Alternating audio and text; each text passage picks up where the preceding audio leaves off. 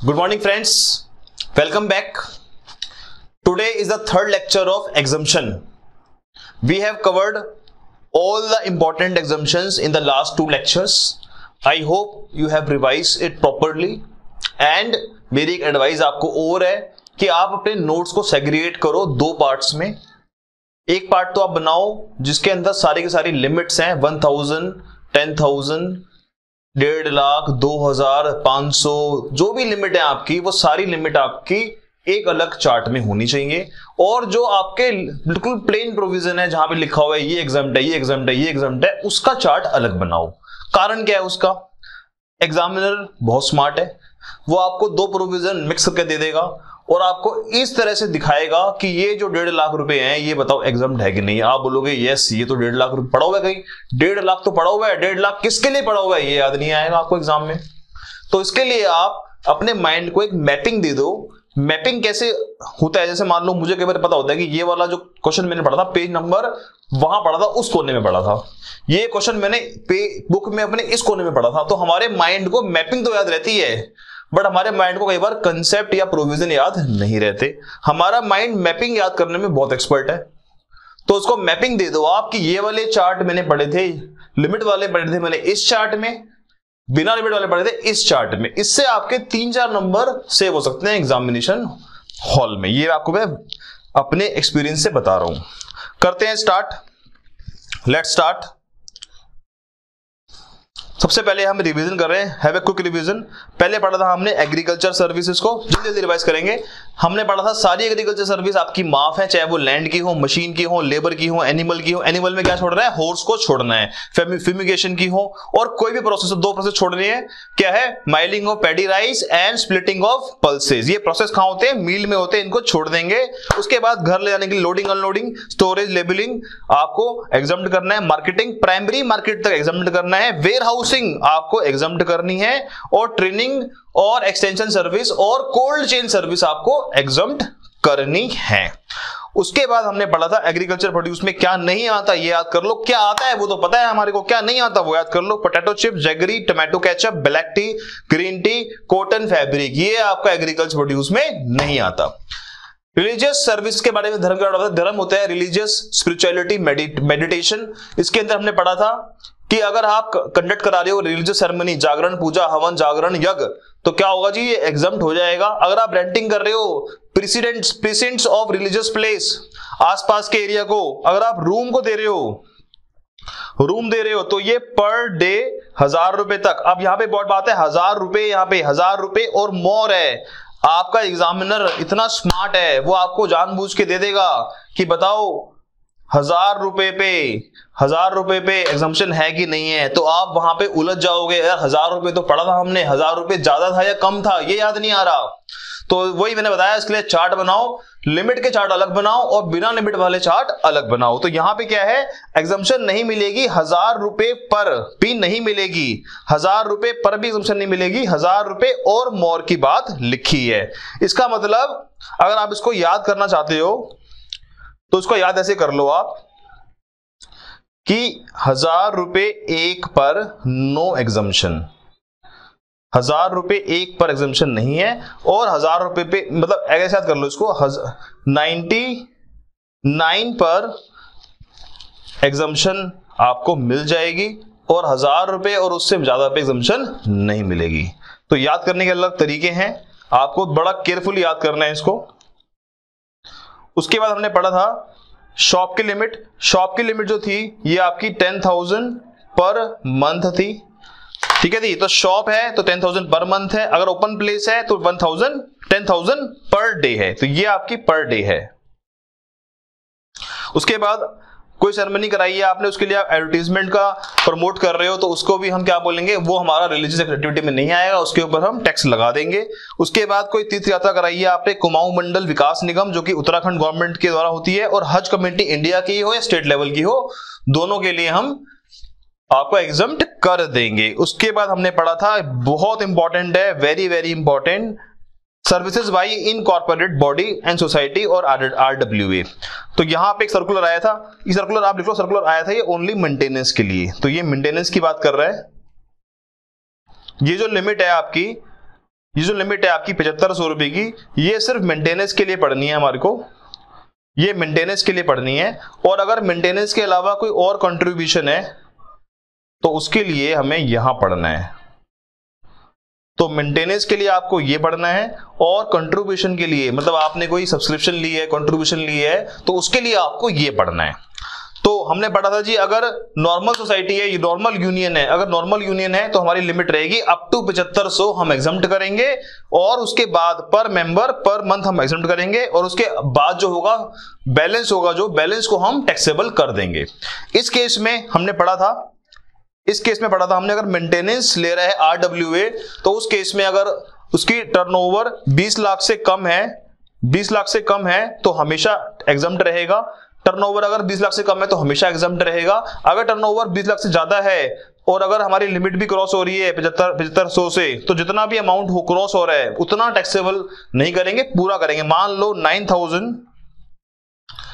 9000 charge कर लिया एक सोसाइटी ने, तो 9000 पूरा का पूरा टैक्सेबल हो जाएगा अगर उसकी RW की लिमिट 20 लाख से क्रॉस हो रही है पिछले साल में। तो ये इंपॉर्टेंट था यहाँ पे, ये बहुत इंपॉर्टेंट क्वेश्चन है। इसके अंदर एक बात और आप ऐड कर लो कि इनको ITC लेना अलाउड है। जितना भी ये इनपुट खरीदेंगे, जितना भी ये input capital goods input service लेंगे, उसका ITC भी इनको लेना अलाउड है RW को। तो ITC लेने के बाद जो बैलेंस बचेगा उसकी पेमेंट ये कर देंगे 9000 इंटू 8% 18% माइनस ITC लेने के बाद जो नेट आएगा वो GST इनको पे करना है। तो very very important, this provision very important. उसके बाद पढ़ा हमने लीगल सर्विस। लीगल सर्विस अगर हमने दी है नॉन बिजनेस एंटिटी को या फिर गवर्नमेंट को तो हमेशा एग्जम्प्ट रहेगा। अगर हमने दी है सर्विस दी है आर्बिट्रल ट्रिब्यूनल ने, तो देखना है कि अगर हमने सर्विस दी है बिजनेस एंटिटी को और बिजनेस एंटिटी रजिस्ट्रेशन नहीं लेना चाहती या नहीं लेगी क्योंकि उसको लेना नहीं है सेक्शन 23, 22, 24 में, तो हमारा GST एग्जम्प्ट रहेगा। अगर उसको रजिस्ट्रेशन लेना है बिजनेस एंटिटी को तो GST लगा देंगे RCM के अंदर। उसके बाद अगर एडवोकेट फर्म है या एडवोकेट है, अगर उसने दी है सर्विस एडवोकेट फर्म को तो वो हमेशा एग्जम्प्ट रहेगी। अगर सर्विस दी है बिजनेस एंटिटी को तो देखना है कि वो रजिस्ट्रेशन के लायक है कि नहीं। अगर लायक है तो क्या देंगे, हम टैक्सेबल कर देंगे RCM में, लायक नहीं है तो एग्जम्प्ट कर देंगे। उसके बाद है सीनियर एडवोकेट। सीनियर एडवोकेट को सर्विस देता है किसी एडवोकेट फर्म को या किसी एडवोकेट को तो टैक्सेबल रहेगा फॉरवर्ड चार्ज में, ये रहेगा फॉरवर्ड चार्ज में। और अगर देगा बिजनेस एंटिटी को तो हमेशा एज नॉर्मल कि अगर वो लिमिट में आ रहा है तो क्या रहेगा, एग्जम्प्ट रहेगा। अगर लिमिट में क्रॉस कर रहा है रजिस्ट्रेशन की तो टैक्सेबल हो जाएगा RCM के अंदर। तो ये हमने पढ़ा लीगल सर्विस। फिर हमने पढ़ा स्पोर्ट्स में हमने ये पढ़ा स्पोर्ट्स रिलेटेड के अंदर प्लेयर, रेफरी, एम्पायर, कोच जो फील्ड में रहते हैं वो एग्जम्प्ट है, जो फील्ड के बाहर है वो टैक्सेबल है। फीफा वुमेन कप में टिकट हमेशा एग्जम्प्ट रहेगी, और सर्विस कोई देंगे ये डायरेक्टली इनडायरेक्टली तो भी क्या रहेगी, एग्जम्प्ट रहेगी।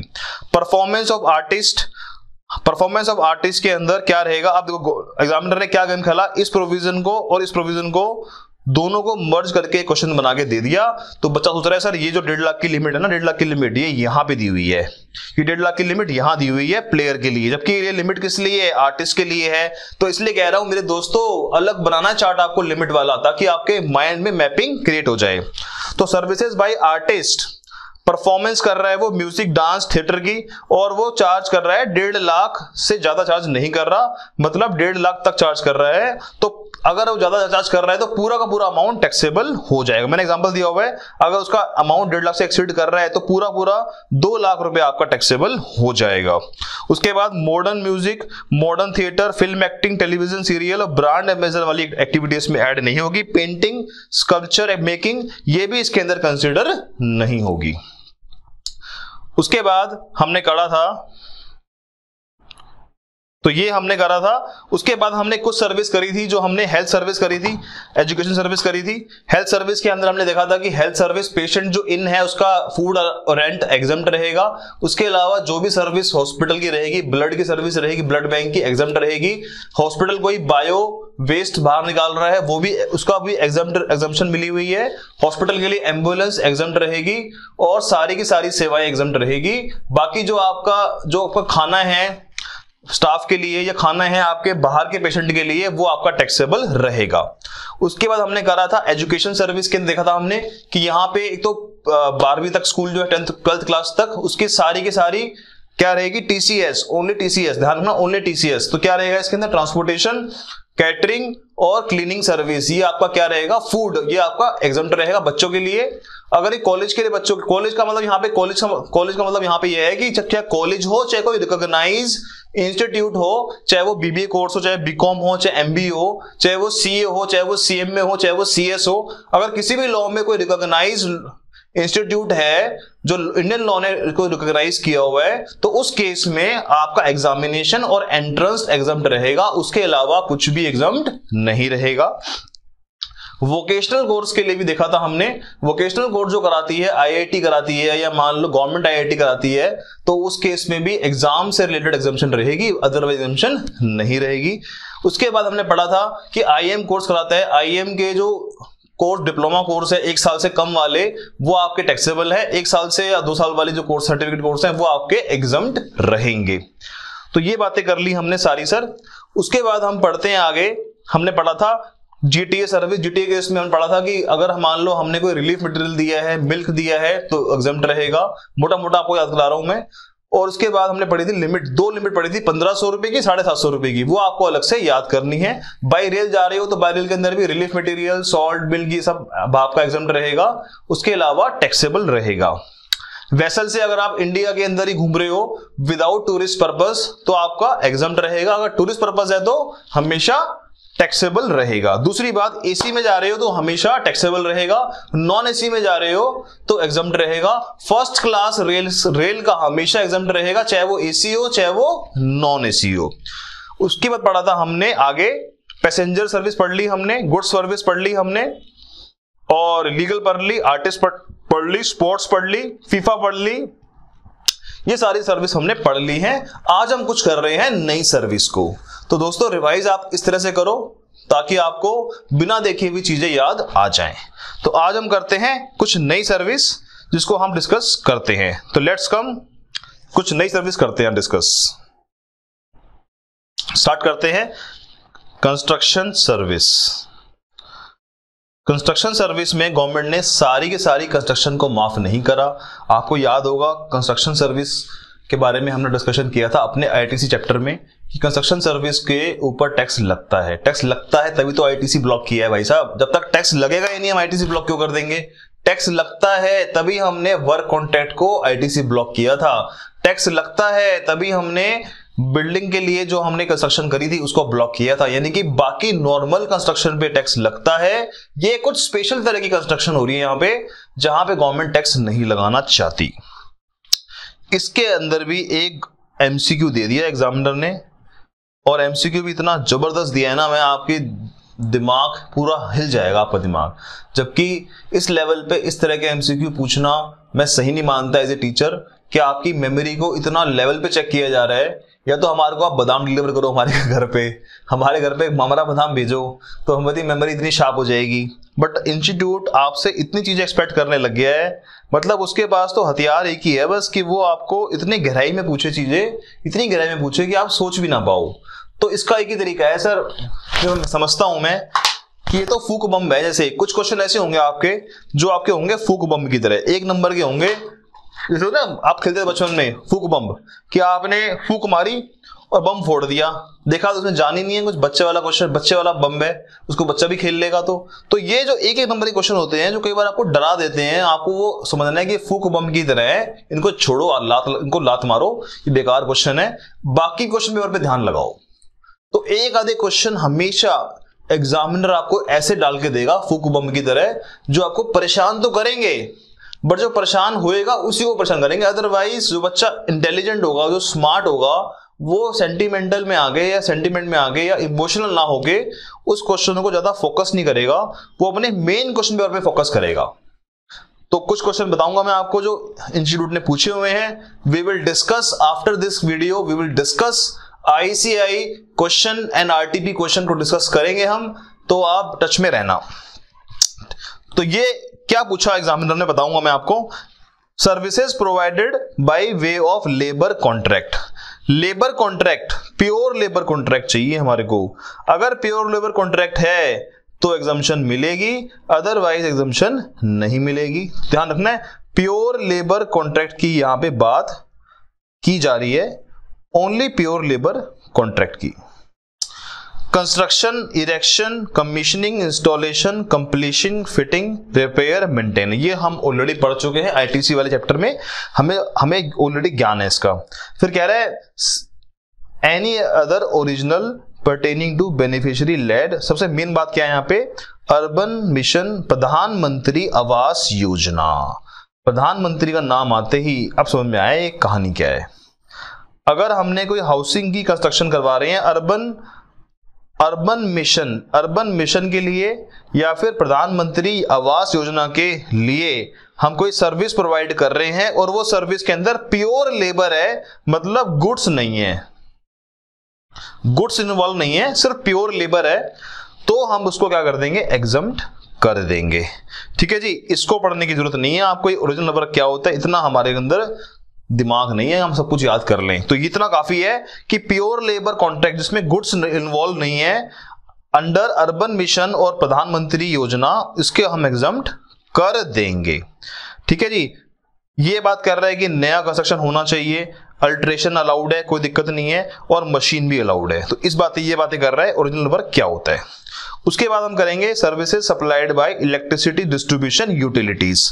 कुछ सर्विस हम बात कर रहे हैं अभी सारी कंस्ट्रक्शन की, तो सर्विस डिस्ट्रीब्यूशन यूटिलिटी के अंदर कुछ उनको अपना मतलब कि ट्रांसफार्मर लगाना होता है, कंस्ट्रक्शन करना होता है, बिल्डिंग बनानी होती है, कुछ काम करने होते हैं, ट्यूबवेल लगाना पड़ता है।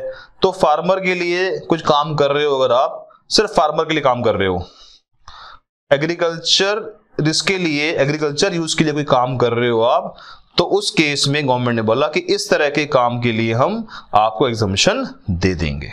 ठीक है जी, उसके बाद है pure labour contract for single residential unit. अगर आपकी कोई सिंगल रेजिडेंशियल यूनिट बन रही है, सिंगल मतलब बहुत बड़ा कोई सोसाइटी नहीं बन रही, या बहुत बड़ा कोई कॉम्प्लेक्स नहीं बन रहा, या बहुत बड़ा कोई नोएडा एक्सटेंशन के अंदर बहुत बड़ा कोई बड़ी बड़ी बिल्डिंग, ऐसा नहीं काम कह रहे हैं हम कह रहे हैं सिंगल यूनिट बन रही है आपकी, रेजिडेंशियल कॉम्प्लेक्स नहीं बन रहा। अदरवाइज रेजिडेंशियल कॉम्प्लेक्स अगर बनाओगे तो उसके एग्जम्पशन नहीं दे रहे, उसके अंदर भी जो प्योर लेबर है, ओनली लेबर, गुड्स की बात नहीं कर रहे। सर गुड्स की बात क्यों नहीं कर रहे बार बार, ये क्योंकि गुड्स के अंदर लगता है सीमेंट, ध्यान रख, याद रखने बोल रहा हूं, सीमेंट लगता है, और सीमेंट पे जो रेट है वो है 28% का, और गवर्नमेंट चाहती है अगर हम सीमेंट को ही माफ कर देंगे, अगर हम गुड्स को ही माफ कर देंगे, तो भाई साहब ये सीमेंट पे टैक्स कहां मिलेगा हमारे को, सीमेंट पे इतना मोटी कलेक्शन होती है हमें टैक्स की, तो सीमेंट गुड्स में आता है और गुड्स को हम टैक्स लगाना चाहते हैं, सीमेंट पे हम टैक्स लगाना चाहते हैं। बहुत सारे सीमेंट्स आ गए हैं आजकल, श्रीराम सीमेंट और अल्ट्राटेक सीमेंट, ये सीमेंट वो सीमेंट, इन सब पे टैक्स लगाना चाहते हैं हम, इसलिए हमने गुड्स वाला यहां पे ऐड नहीं करा, सिर्फ प्योर लेबर ऐड करा है। याद करने के लिए ध्यान रखना, सीमेंट यानी गुड्स बाहर करके आ जाना। उसके बाद रेजिडेंशियल यूनिट के लिए होना चाहिए, और सिंगल रेजिडेंशियल यूनिट के लिए होना चाहिए, कोई कॉम्प्लेक्स नहीं होना चाहिए, it must be single residential unit. आपने घर बनाया, घर बनाने के लिए आपने कोई लेबर कॉन्ट्रैक्ट लिया तो गवर्नमेंट का एग्जम्प्ट है। आपने पूरा महल बना दिया, उसके अंदर बहुत सारे रेजिडेंशियल कॉम्प्लेक्स हैं, बहुत सारे यूनिट्स हैं, तो उसको गवर्नमेंट ने एग्जम्प्ट नहीं करा, क्योंकि वो कमर्शियलाइज हो गया एक तरह से, वो आपकी जरूरत नहीं है, वो आपकी लग्जरी हो गई। उसके बाद आपको कुछ याद आ रहा होगा, हल्का हल्का याद आ रहा होगा, TDS FSI long term lease for residential apartment. Sir हमें याद कहां आता है, हम तो पुराना भूलते हैं और नया करते हैं, हमारा तो बासी खाने का मतलब पुराना स्टेल खाना खाने की आदत ही नहीं है हमारे को, हम तो पुरानी चीजें भूल ही जाते हैं, हमें क्या कर रहे हैं पुरानी चीजों से, बेकार की चीजें हैं। तो ये आपको याद हो रहा होगा, TDR मतलब development right, FSI floor space, या आपको याद होगा पढ़ा था हमने अपने RCM वाले चैप्टर में, क्या पढ़ा था, BSP भगवान गॉड, BSP MLA गॉड। तो हमने वहां पढ़ा था प्रमोटर के 2 पॉइंट होते हैं, लॉन्ग टर्म लीज 30 साल से ज्यादा, किसकी, लैंड की, बिल्डिंग की, सिर्फ लैंड की बात हो रही थी। तो लैंड हम लीज पे देते हैं, या हमने कोई अपना राइट दिया है, या हमने फ्लोर स्पेस का राइट दिया है, अगर हमने उस केस में गवर्नमेंट ने कहा कि हम आपको एग्जम्पशन दे रहे हैं रेजिडेंशियल अपार्टमेंट के लिए, क्या वर्ड बोला मैंने, रेजिडेंशियल अपार्टमेंट के लिए हम आपको एग्जम्पशन दे रहे हैं, कमर्शियल के लिए नहीं दे रहे। कमर्शियल के लिए क्या लगेगा, फिर रिवर्स चार्ज लग जाएगा। तो ये हम दे रहे हैं, बट इसमें एक शर्त है। एक शर्त क्या है कि आपका पूरा का पूरा पैसा रिसीव हो गया हो कंप्लीशन से पहले, sorry entire consideration has been receive. हाँ, पूरा का पूरा पैसा आपका रिसीव हो गया। ये बात थोड़ी घुमा के लिखी है, पूरा का पूरा पैसा आपका रिसीव हो जाएगा अगर कंस्ट्रक्शन से पहले। मैंने कहा जी एक बिल्डिंग बना रहा हूं मैं, एक बिल्डिंग का निर्माण कर रहा हूं, और ये बिल्डिंग क्या है, रेजिडेंशियल बिल्डिंग है। ये एक रेजिडेंशियल बिल्डिंग है, अपार्टमेंट है, ठीक है जी। मैंने इसके अंदर कुछ राइट ट्रांसफर कर दिए, मैं ओनर हूं, मैंने राइट ट्रांसफर कर दिए। राइट ट्रांसफर किसको कर दिए, प्रमोटर को कर दिए, कि मैं आपको अपनी लैंड दे रहा हूं, ये लो बनाओ बिल्डिंग, ये लो बनाओ बिल्डिंग, बिल्डिंग बनाओ, बड़ी बड़ी बिल्डिंग। तो राइट जब मैं दूंगा तो मुझे कुछ पैसा मिलेगा, और ये पैसा मिलेगा मुझे मान लो करोड़ में। अब ये जो ऑनर है इसके लिए क्या है, ये सप्लाई ऑफ सर्विस है, क्योंकि जो रिसीव करता है वो क्या होता है, सप्लायर होता है। तो ऑनर के लिए क्या है, ये सप्लाई ऑफ सर्विस है। क्योंकि क्योंकि इमूवेबल प्रॉपर्टी, शेड्यूल 2 याद करो, if we are receiving something in relation to immovable property it is always service। Schedule 2 याद है आपको अच्छे से। अगर दो बातें पूरी होती हैं, गुड्स है, ऑनरशिप है या डीम ऑनरशिप है, तो हमेशा गुड्स बनेगा, उसके अलावा क्या बनेगा, सर्विस बनेगा। इस तरह से मैं आपको याद भी करवा रहा हूं साथ साथ में। तो शेड्यूल 2 आपने रिवाइज कर लेना, तो उस हिसाब से ये क्या बनेगा, सर्विस बनेगा। सर्विस हमारे कोर्स का पार्ट है, क्योंकि हम एग्जामिनेशन तो सर्विस के लिए ही पढ़ रहे हैं, गुड्स के लिए नहीं पढ़ रहे। एक स्टूडेंट ने क्वेश्चन पूछा मेरे से यूट्यूब के ऊपर कि सर, क्वेश्चन पूछा मेरे से उन्होंने कि सर जो हमारा मेडिकल लाइन के जो केमिस्ट होते हैं, केमिस्ट जो दवाई बेचते हैं, क्या वो एग्जम्प्ट होगा कि नहीं होगा। तो मैंने उनको आंसर दिया कि वैसे तो हमारे कोर्स का पार्ट नहीं है, क्योंकि सर्विस में आता है, गुड्स में नहीं है। तो आपको सोचना है दिमाग में, क्योंकि वो क्वेरी यहां से कोई लिंक नहीं था, मैंने इसको क्वेरी अलग से टेकअप करना है। तो सर्विस की बात हम कर रहे हैं, क्योंकि हमारे कोर्स में सर्विस की एग्जम्पशन है, गुड्स की एग्जम्पशन नहीं है। तो ये जो क्या है, ये आपका सर्विस है, जो पैसा मिला है इसको। और ये पैसा जो मिला है, अगर आपने सारा का सारा, क्या बोला मैंने, सारा का सारा एंटायर कंसीडरेशन, अगर आपने एंटायर कंसीडरेशन इसको कंप्लीशन से पहले दे दिया है, तो हम आपको एग्जम्प्ट कर देंगे। अगर आपने बाद में पैसा लिया है, जैसे लिखा ना, except completion certificate after complete, मतलब इसको छोड़कर, मतलब अगर आपने कोई भी पैसा आपने कंप्लीट होने के बाद लिया है, तो उसको हम एग्जम्प्ट नहीं करेंगे। इसका लॉजिक क्या है सर, अगर आपने कंप्लीट होने के बाद पैसा लिया है, तो उसके ऊपर लगेगा स्टैंप ड्यूटी लगेगी, ठीक है जी, और उसके ऊपर अलग से प्रोविजन आ जाएंगे स्टैंप ड्यूटी के, और बिल्डिंग के अलग प्रोविजन आ जाएंगे। तो इसलिए हमने कहा कि अगर आपने कंप्लीट होने से पहले पैसा दिया है, उसको हम एग्जम्प्ट कर देंगे। तो ये छोटी सी स्टोरी है, हालांकि इतनी कोई इंपॉर्टेंट नहीं थी, फिर भी मैंने करा दी है। लैंड ये हम कर चुके हैं। तो ये हो गया हमारा कंस्ट्रक्शन सर्विस के अंदर। सारी कंस्ट्रक्शन कवर नहीं है, ध्यान रखना, सारी कंस्ट्रक्शन कवर नहीं है, मोटा मोटा याद कर लो। प्योर लेबर तो हमेशा ही बाहर है, ठीक है जी। उसके बाद प्योर लेबर बाहर कब है, जब अर्बन मिशन में हो, प्रधानमंत्री आवास योजना में हो। उसके बाद इलेक्ट्रिसिटी डिस्ट्रीब्यूशन यूटिलिटी, ठीक है, फॉर एग्रीकल्चर यूज, वो भी एग्जम्प्ट है। उसके बाद सिंगल रेजिडेंशियल यूनिट भी एग्जम्प्ट है, प्योर लेबर के लिए, सिर्फ प्योर लेबर के लिए, सीमेंट के लिए, गुड्स के लिए नहीं करेंगे। और लास्ट में अगर आपने प्रमोटर ने कोई लॉन्ग टर्म लीज के पैसे लिए हैं या फिर फ्लोर स्पेस के पैसे लिए हैं, तो उसको भी एग्जम्प्ट कर देंगे। बट शर्त यह है कि आपने सारा का सारा पैसा कंप्लीशन से पहले लिया हो।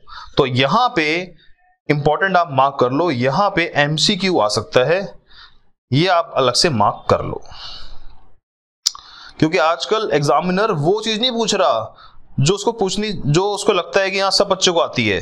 वो आपसे वो चीज पूछेगा जो सब बच्चों को नहीं आती। वो आपसे वो पूछेगा जो किसी ने ध्यान नहीं, जिसने उस बात पर ध्यान नहीं दिया होगा, गौर ही नहीं किया होगा। तो आपसे हटके बातें पूछी जा रही हैं आजकल एग्जाम में, इसलिए आपको हटके बनना पड़ेगा। कुछ आपको हटके करना पड़ेगा। आगे आते हैं जी, हम बैंकिंग सर्विस हम कर चुके हैं, अब आते हैं रेंटिंग सर्विस पे। रेंटिंग सर्विस किसकी होती है सर? रेंटिंग सर्विस होती है हाउस की या होटल की, या तो कमर्शियल होगी या घर की होगी। अगर घर की है तो गवर्नमेंट ने बोला इसको हम माफ करते हैं। मान लो आपने घर किराए पे लिया, आपका लैंडलॉर्ड बेचारा बुढ़ा आदमी है। हमारे देश में जितने भी बुजुर्ग आदमी हैं 60 प्लस के, वो उनकी जिंदगी चल रही है या तो पेंशन पे या रेंट पे। उनकी जिंदगी चल रही है या तो पेंशन पे या रेंट पे, क्योंकि बेचारे वो काम तो करते नहीं है, बेचारे वो काम कर नहीं पाते, गरीब बुजुर्ग हो जाते हैं, बुढ़े हो जाते हैं थोड़े से। तो उसमें क्या होता है, घर वाले उनके सपोर्ट करते नहीं उनको, तो उनकी जिंदगी में बेचारे रेंट से चल रही है और बेचारे वो रेंट कमा रहे हैं। अब उनको बोला जाए कि जाओ जीएसटी पे करो, इसका जाओ जीएसटी की रिटर्न भरो, जाओ जीएसटी कंप्लायंस करो, अरे भाई माफ करो, हमारे को हमारे बस की नहीं है। तो गवर्नमेंट ने रेंट वाले केस को एग्जम्प्ट किया कि जितना भी रेंट आप ले रहे हो, घर के लिए ले रहे हो और रेजिडेंस के लिए ले रहे हो, 3 बातें पूरी होनी चाहिए। 3 आर चाहिए हमारे को, 3 आर। 1 आर से काम नहीं चलेगा, हमें 3 आर चाहिए। पहला आर क्या चाहिए हमारे को कि आप रेंट दे रहे हो, बेसिकली रेंट हो आपका।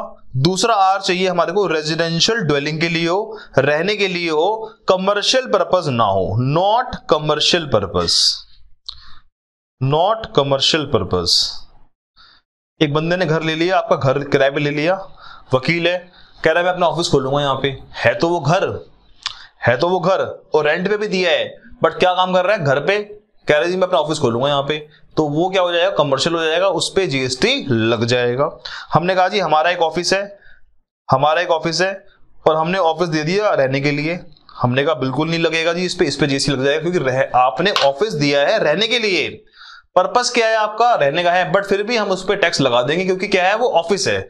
ऑफिस किराए पे देना, चाहे घर के लिए दिया हो चाहे रहने के लिए दिया हो। कई बार ऐसा होता है कि हमारे कुछ एम्प्लॉय होते हैं या हमारा कोई पियून होता है, हम कहते हैं काम कर, तू कहाँ बेचारा रूम अलग से किराए पे लेगा, हमारे ऑफिस के अंदर थोड़ा स्पेस खाली है, एक स्टोर रूम है, तू वहां पे अपना बिस्तर लगा ले, तो वहां पे सो जाएगा, कोई दिक्कत नहीं है। उससे थोड़ा बहुत किराया ले लिया हमने, तो ऑफिस में जो किराए पे दिया हमने, वो घर रह रहा है, वहां पे सो रहा है, बट वो रेजिडेंस नहीं है, उस पे जीएसटी लग जाएगा।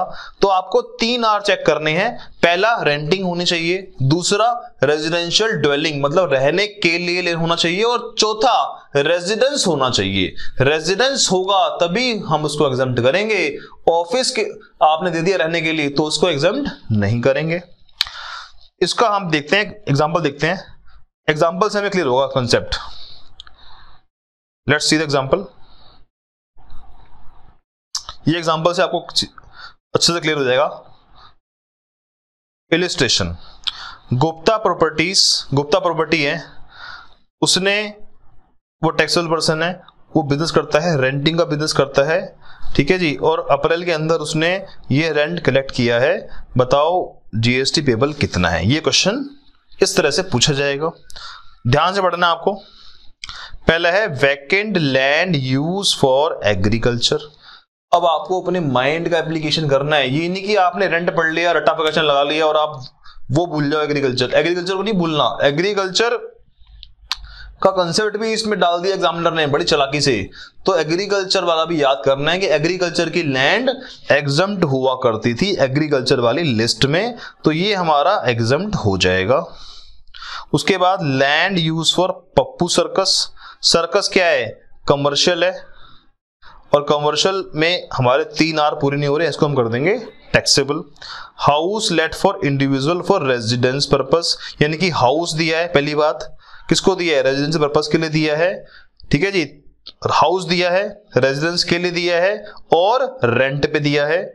तीनों आर पूरे हो रहे हैं, तो क्या कर देंगे, एग्जम्प्ट कर देंगे, बड़ा आसान है। उसके बाद बिल्डिंग दी है राज होटल को, राज होटल क्या है, कमर्शियल है, 3 आर पूरे नहीं हो रहे, टैक्सेबल कर देंगे जी, बहुत आसान है। उसके बाद एक वैकेंट लैंड दी है लीज पर XYZ लिमिटेड को कंस्ट्रक्शन के लिए, और लेटर स्टेज पे यूज होगी फर्दरेंस ऑफ बिजनेस, यानी कि क्या हो गया, ये कमर्शियल यूज हो गया। कमर्शियल यूज होते ही हमारे 3 आर पूरे नहीं हो रहे, इसको हम टैक्सेबल कर देंगे, बड़ा आसान है sir. Premises let to temple, temple को दिए हैं। अब टेम्पल तो है नहीं, उसमें टेम्पल सोने आएंगे लोग या रहने आएंगे, तो ये भी क्या हो गया, एक तरह से कमर्शियल पर्पस हो गया, कमर्शियल पर्पस हो गया। तो इस केस में भी हम क्या करेंगे, टैक्सेबल कर देंगे। ठीक है जी। उसके बाद premises let to coaching centre, ये भी क्या हो गया, कमर्शियल हो गया। कमर्शियल के अंदर भी क्या करेंगे, टैक्सेबल कर देंगे। ध्यान रखना ये लेट टू टेम्पल है, कभी आप कंफ्यूज हो जाओ एग्जाम में। एक होता है टेम्पल ने अपना आसपास का एरिया किराए पे दिया है तो उसकी लिमिट 1000 और 10,000 है। एक है कि टेम्पल को किराए पे दिया है, तो ये टेम्पल को किराए पे दिया है। ध्यान रखना, मैं आपको बार बार बोल रहा हूं, सप्लायर को, रेसिडेंट को पहचानना सीखो, इनवर्ड सप्लाई को और आउटवर्ड सप्लाई को पहचानना सीखो, नहीं तो आप गलती कर दोगे पेपर में। यहां पे ट्रस्ट की बात, यहां पे ट्रस्ट को सर्विस दी गई है। ट्रस्ट क्या है, यहां पे रेसिपेंट है और कमर्शियल पर्पस के लिए है, तो इसलिए हमने टैक्सेबल कर दिया। अगर ट्रस्ट ने किराए पे दिया होता तो हम लिमिट चेक करते 1000 रुपए वाली और 10,000 रुपए वाली। Premises to coaching centre commercial है, टैक्सेबल है। बिल्डिंग टू थिएटर कमर्शियल है, टैक्सेबल है। Flat given to college student, अब यहां पे आके आपका दिमाग थोड़ा सा हिलेगा, चकराएगा। आप बोलोगे सर ये फ्लैट तो बच्चे को दिया है, बच्चे को दिया है तो पीजी होगा, पीजी होगा तो ये तो कमर्शियल हो गया। क्या पीजी कमर्शियल होता है? पीजी कमर्शियल होता है क्योंकि पीजी का काम में तो खाना भी साथ में देते हो, तो पीजी इज ऑलवेज कमर्शियल, क्योंकि पीजी के अंदर आप रहना भी देते हो, रेंट भी देते हो, साथ में खाना भी देते हो। कई जगह पे खाना नहीं होता, तो PG is kind of commercialise होता है, क्योंकि यहाँ पे सिक्योरिटी गार्ड भी देते हैं आपको, यहाँ पे आपको सारी फैसिलिटी देते हैं, तो काइंड ऑफ कमर्शियलाइज हो गया। बट यहाँ पे फ्लैट दिया है, फ्लैट क्या हो गया, घर हो गया, आर हो गया, ये भी आर हो गया। और बच्चा क्या करेगा वहां पे, बच्चा वहां पे कोई गेम खेलेगा या बिजनेस करेगा? बच्चा तो बेचारा वहां रहेगा, पढ़ने के लिए आया है बेचारा दूर से, तो ये भी आर हो गया। 3 आर पूरे हो गए, इसको हम एग्जम्प्ट कर देंगे। तो इसी तरह से आपको सोचना है, 3 आर पूरे हो रहे हैं तो एग्जम्प्ट हो जाएगा। अब बात करते हैं होटल की। होटल पे भी लिख लो इंपॉर्टेंट। अब दिक्कत पता है क्या आती है, जहां पे 2 तरह की छूट होती है ना, 2 तरह की छूट होती है, वहां पे हमेशा एग्जामिनर आपको कहीं ना कहीं गुमराह करने की कोशिश करता है। एक तो होटल है और एक है ट्रस्ट, दोनों के प्रोविजन अलग अलग है। ट्रस्ट में लिमिट दी हुई है 1000 रुपए की और यहां भी लिमिट दी हुई है 1000 रुपए की, तो आप रट लोगे 1000 1000 1000 1000 1000, बस 1000 रट लोगे और एग्जाम में 1000 देखते ही काम कर दोगे। बट ध्यान रखना, एक एक नंबर कमाने के लिए बड़ी मेहनत करनी पड़ती है। यहां पे लिखा हुआ है services by a hotel in guest house, club और campsite by whatever name called for residential and lodging purpose. रहने के लिए हमने कोई होटल या कोई गेस्ट हाउस या क्लब या फिर हमने कोई भी धर्मशाला किराए पे दी है, और किसने दी है? किसी आम इंसान ने दी है। ट्रस्ट की बात हम नहीं कर रहे, हम चैरिटेबल ट्रस्ट की बात नहीं कर रहे, यहाँ पे चैरिटेबल ट्रस्ट के अलावा किसी ने किराए पे दी है उसकी बात कर रहे हैं। एक वर्ड है डिक्लेयर्ड टैरिफ। आपने एक ताज होटल बुक किया, ताज होटल का डिक्लेयर्ड टैरिफ कितना है जी? मान लो 15,000 है, बट एक्चुअली में उसने आपसे प्राइस लिया 10,000 रुपए। तो आपको ये नहीं देखना, पहले लॉ में दिया हुआ था डिक्लेयर टैरिफ वर्ड, उसको काटा गया, डिक्लेयर मैंने 1 लाख कर दिया है। कुछ होटल ऐसे होते हैं जिनका डिक्लेयर टैरिफ 1 लाख रुपए होता है, कुछ होटल ऐसे भी है इंडिया में जिनका डिक्लेयर टैरिफ 1.5 लाख रुपए है। सुना होगा आपने नाम, कुछ ऐसे होटल है, तो 1.5 लाख रुपए उनका डिक्लेयर टैरिफ है। अगर वो कहें जी हम आपसे 500 रुपए लेंगे बस, तो कोई बात नहीं, एग्जम्प्ट हो जाएगा। डिक्लेयर टैरिफ, अब कोरोना का टाइम देख लो, कोरोना का टाइम में क्या हुआ, होटलों के डिक्लेयर टैरिफ मतलब जो उनके एमआरपी, इसको बोलते हैं एमआरपी, एमआरपी जो था होटलों का वो था 20,000 रुपए, और अगर आप उसको लेने जाओगे एक्चुअली में तो उसका प्राइस आ रहा था सिर्फ 2,500 रुपए। क्यों? अरे कोरोना में सारे होटल खाली पड़े हैं, उनका बेचारों की सेल ही नहीं हो रही, डिक्लेयर टैरिफ बहुत ज्यादा है, बट एक्चुअली वैल्यू कितनी आ रही है? एक्चुअली प्राइस एक्चुअली पेड और पेबल कितना आ रहा है, वो 1000 रुपए आ रहा है। तो गवर्नमेंट ने यहां बोला आपको 1000 रुपए देखना है, आपको डिक्लेयर टैरिफ को इग्नोर कर देना है। एग्जामिनर यहां पे पट्टी पढ़ाएगा, आपको ध्यान रखना, ये अमेंडमेंट है यहां पे लॉ के अंदर, तो इसलिए आपको ध्यान रखना है, इस तरह की चीजों को भी ध्यान रखना है। तो आपकी जो यूनिट है, एक यूनिट के मतलब एक यूनिट की बात हो रही है यहां पे, एक रूम की बात हो रही है, एक कमरे की बात हो रही है। अब मान लो किसी बंदे ने बोला जी मेरा एक डिलक्स रूम है, उसके अंदर 2 रूम कंबाइंड है, तो हमारे लिए तो वो एक ही यूनिट हो गई, एक यूनिट हो गई। तो एक यूनिट की बात हो रही है, एक यूनिट के लिए 1000 रुपए और 1000। अब इसने क्या बोला, देखो let's see the language, language क्या है इसकी।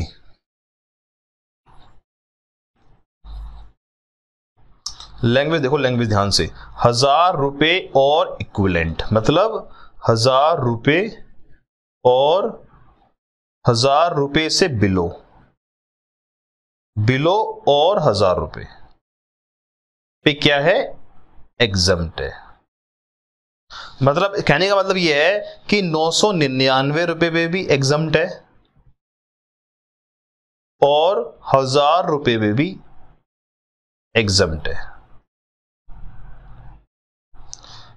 1000 रुपए पे भी एग्जम्प्ट है, 999 पे भी एग्जम्प्ट है।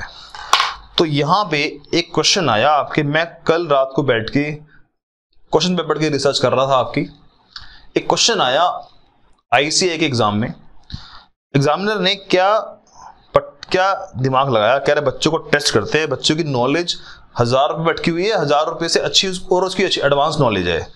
एग्जामिनर ने क्या दिया, कह रहा जी एक होटल है, होटल ने किराए पे जगह दी 999 रुपए की, बताओ एग्जम्प्ट है कि नहीं है। बच्चा कह रहा है ये तो पढ़ के आया हूं, बड़ा आसान है, ये तो एग्जम्प्ट है, कोई दिक्कत नहीं है। इसको आंसर देने में उसका कोई एनर्जी वेस्ट नहीं हुई, उसने सिंपल आंसर दे दिया। फिर एग्जामिनर ने बनाया बी पॉइंट, कह रहे विल यू आपका आंसर सेम रहेगा अगर ये रेंट 1000 रुपए हो जाएगा, तो अगर आपका आंसर सेम रहेगा, आप बच्चा दिमाग खराब करेगा अपना, कहेगा यार ये 1000 रुपए का तो याद आ नहीं रहा मेरे को, मैंने तो पढ़ा था कि 1000 रुपए से नीचे है, ये नहीं पढ़ा था, ये याद नहीं आ रहा ये 1000 रुपए है कि नहीं है। और जब इसने पूछा है तो बात सोच के पूछा होगा इसने, हो सकता है अलग हो, तो बच्चा लिख के आ जाएगा नहीं ये तो नॉट एग्जम्प्ट है, ये तो नॉट एग्जम्प्ट है। अगर एग्जामिनर ने पूछा है तो इसका मतलब वो हमसे अलग आंसर चाह रहा है, ऐसा कुछ नहीं है। ऐसा कुछ नहीं है कि वो आपसे ऑप्शन 2 दे रहा है तो उसका आंसर हमेशा अलग ही होगा, ऐसा कुछ नहीं है, ये आपका भ्रम है, हो सकता है उसका आंसर सेम हो। तो इसका आंसर भी क्या रहता है, एग्जम्प्ट रहेगा। तो 999 हो या 1000 रुपए हो, दोनों केस में एग्जम्प्ट रहेगा। ठीक है जी, दोनों केस में एग्जम्प्ट रहेगा अगर होटल किराए पे दिया है किसी भी आम आदमी ने, किसी भी कमर्शियल प्रॉपर्टी ने। ठीक है जी, तो ये हमने कर लिया, रेंट की बात हमने कर ली। अब हम ये बात भी हम ऑलरेडी कर चुके हैं। उसके बाद हम करते हैं एक क्वेश्चन बड़ा अच्छा एग्जाम में आया हुआ है, इसकी हम बात कर लेते हैं। एक क्वेश्चन था RW का क्वेश्चन है, बहुत ही अच्छा क्वेश्चन है, एग्जाम में आया नहीं हुआ, मतलब आ सकता है, इंपॉर्टेंट है, कुछ पहलू उसके एग्जाम में आए हुए हैं। Residential welfare association of Satya Niketan housing society in Delhi provides the following information, various amount receive by it for the September, compute the taxable amount निकालना है आपको। ये RW का टैक्सेबल अमाउंट निकालना है।